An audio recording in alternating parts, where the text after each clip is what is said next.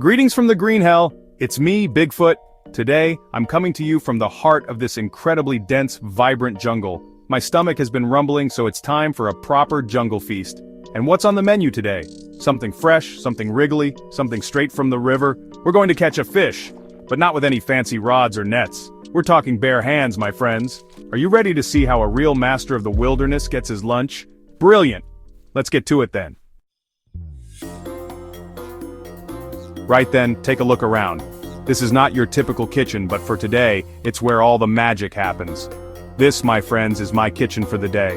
Surrounded by the lush greenery and the soothing sounds of nature, it's a chef's paradise. We're deep in the jungle now, where the trees are so tall they seem to scratch the sky. These towering giants have stood here for centuries, witnessing the ebb and flow of life in the jungle.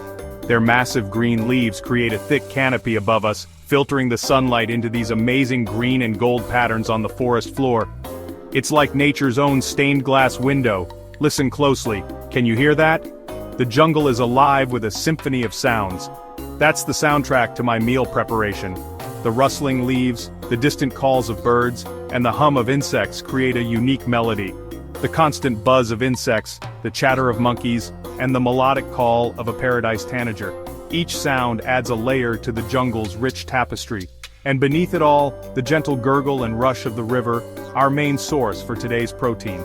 This river is the lifeblood of the jungle, providing sustenance to all its inhabitants.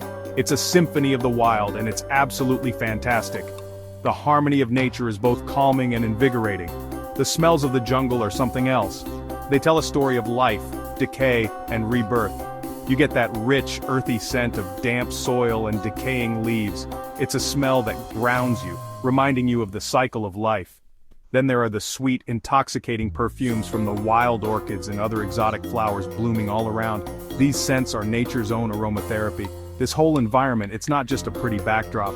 It's a living, breathing entity that supports and sustains life. It's a giant, living, breathing pantry if you know how to read the signs. Every plant, every creature, every sound and smell tells a story. Every plant, every creature, every sound and smell tells a story. The jungle is a library of knowledge waiting to be explored. The river in particular is a lifeline. It provides drinking water, a way to travel, and a fantastic place to go fishing. It provides drinking water, a way to travel, and a fantastic place to go fishing. The river is the heart of the jungle, pulsing with life. This is survival in its purest form, and it's absolutely exhilarating. Living off the land, using what nature provides, it's a humbling and thrilling experience. Now let's talk about our slippery little target for today. We're aiming for a local delicacy, a creature perfectly adapted to these jungle waters. I call it the jungle jumper fish, and for a very good reason. These chaps are quite the acrobats. They are quick, agile, and surprisingly clever, which makes catching them all the more rewarding. They have beautiful, iridescent scales that shimmer with all the colors of the rainbow. They prefer the shallower parts of the river, especially areas with overhanging plants or submerged rocks. They are quite skittish, so any sudden movements or loud noises will send them scattering for cover. And most importantly, the jungle jumper fish is absolutely delicious. Their flesh is firm and white with a slightly sweet flavor. Before we even think about getting our paws wet, there's some crucial preparation involved. Preparation is key to a successful fishing adventure, and it starts long before you even reach the water's edge. First things first, you need to find the perfect spot. This means taking your time to scout the area thoroughly. I look for areas where the water is relatively shallow and clear. Clear water allows you to see the fish and their movements more easily. Also, look for those overhanging banks or submerged logs. That's prime jumper territory. These natural covers provide hiding spots for fish, making them ideal fishing locations. Once you've found your potential fishing hole, the next vital ingredient is patience. Patience is not just a virtue here, it's a necessity. Fish are incredibly sensitive to vibrations and disturbances in the water. Even the slightest movement can send them darting away. You need to settle in, become part of the scenery. This means blending in with your surroundings and minimizing any sudden movements. I sometimes sit quietly on the bank for a good 10-15 minutes just observing. This helps me understand the fish's behavior and patterns.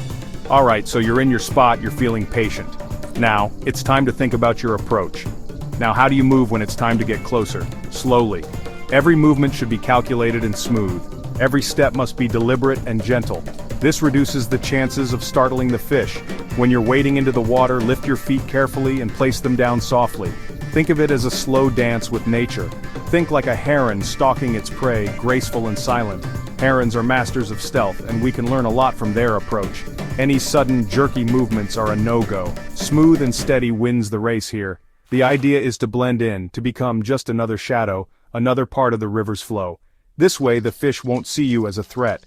And finally, use all your Bigfoot senses, or human senses in your case.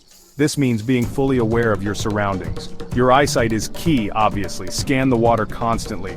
Look for any signs of movement or disturbances. The more attuned you are to the environment, the better your chances of spotting a jungle jumper before it spots you. Being in tune with nature increases your chances of success. Section 5, Step 1, the Bigfoot Stalk. Okay team, this is where the real action begins. We've done our prep, we've found our spot, and we're channeling our inner Zen master. Now it's time for the Bigfoot Stalk. Carefully, ever so carefully, I begin to wade into the cool river water. Each step is measured, slow, and deliberate. The key here is to avoid making big, sudden waves or kicking up clouds of silt from the bottom. Jungle jumpers have excellent eyesight and can detect unusual water movement from quite a distance. So I move with the grace of a very large, hairy ballet dancer. Another crucial thing to watch out for is your shadow. On a sunny day, your shadow stretching out over the water can be like a giant alarm signal to any fish below. They are naturally wary of dark shapes moving above them, as it usually means a predator. It's all about thinking like your prey. Section 6, Step 2, the lightning paw. Right, we've stalked our prey, we're in position, and a tasty jungle jumper is just a few feet away. The air is thick with anticipation, and every muscle in our body is coiled like a spring, ready to unleash.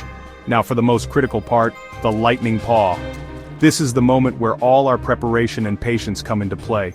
This is where all that patience and slow movement pays off with a burst of incredible speed and precision. It's a dance of nature, a test of our reflexes and timing. You get one shot at this usually, one chance to make the perfect strike. If you miss, the fish is gone, and it'll tell all its mates about the clumsy giant trying to grab them. The jungle has its own way of spreading news, so you have to make it count. Every move, every twitch of your muscle must be deliberate and precise. My eyes are locked onto the target fish, judging its speed, its direction, and trying to anticipate its next move. It's a mental game as much as a physical one. The technique itself requires a very, very fast hand movement. It's almost like a blur, a flash of motion that the fish never sees coming. It's more of a swift downward scoop or a rapid pin. The motion must be fluid and seamless. I tend to aim slightly ahead and below where the fish currently is, especially if it's moving. This compensates for the fish's quick reflexes. Fish have this amazing ability to react in a split second, so you have to intercept them. It's like trying to catch a shadow. The key is to be decisive. Hesitation is your enemy.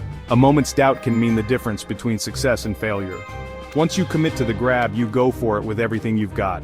It's an all-or-nothing move, a testament to your skill and determination. Section 7, Jungle Jumper. Fun facts. Did you know? Some species of jungle jumper can actually breathe atmospheric oxygen for short periods. They often leap out of the water to snatch low-flying insects right out of the air. The vibrant colors on a jungle jumper fish aren't just for show. They can change the intensity of their colors based on their mood or their environment. Some old jungle lore says that jungle jumpers communicate with each other using tiny, high-pitched clicks and whistles. Section 8. Success! A big wriggly dinner. Right then, focus, Bigfoot, focus. I've been patiently waiting, watching a particularly plump jungle jumper darting in and out of some river weeds. I've timed its movements, noted its favorite hiding spot. My muscles are tensed, ready. This is it, the moment of truth. I take a slow, silent breath, fix my gaze, and then, wham! My paw shoots into the water like a striking snake. There's a splash, a flurry of movement, and then, gotcha! Yes! Success! I can feel the strong, wriggling body of the jungle jumper held firmly but gently in my grasp.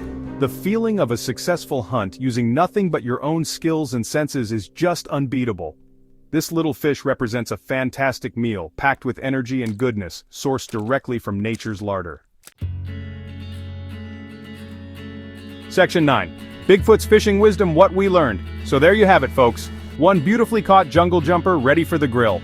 We went through the whole process, from my initial hungry grumbles to this fantastic wriggly prize.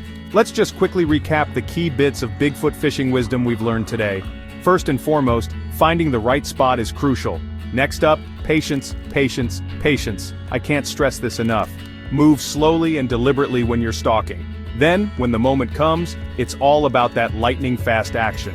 Spot your target, anticipate its moves, and then strike with speed and precision. And finally, always appreciate what nature provides. Right, I'm off to cook this magnificent specimen. Stay wild, everyone, and maybe I'll share another adventure with you soon.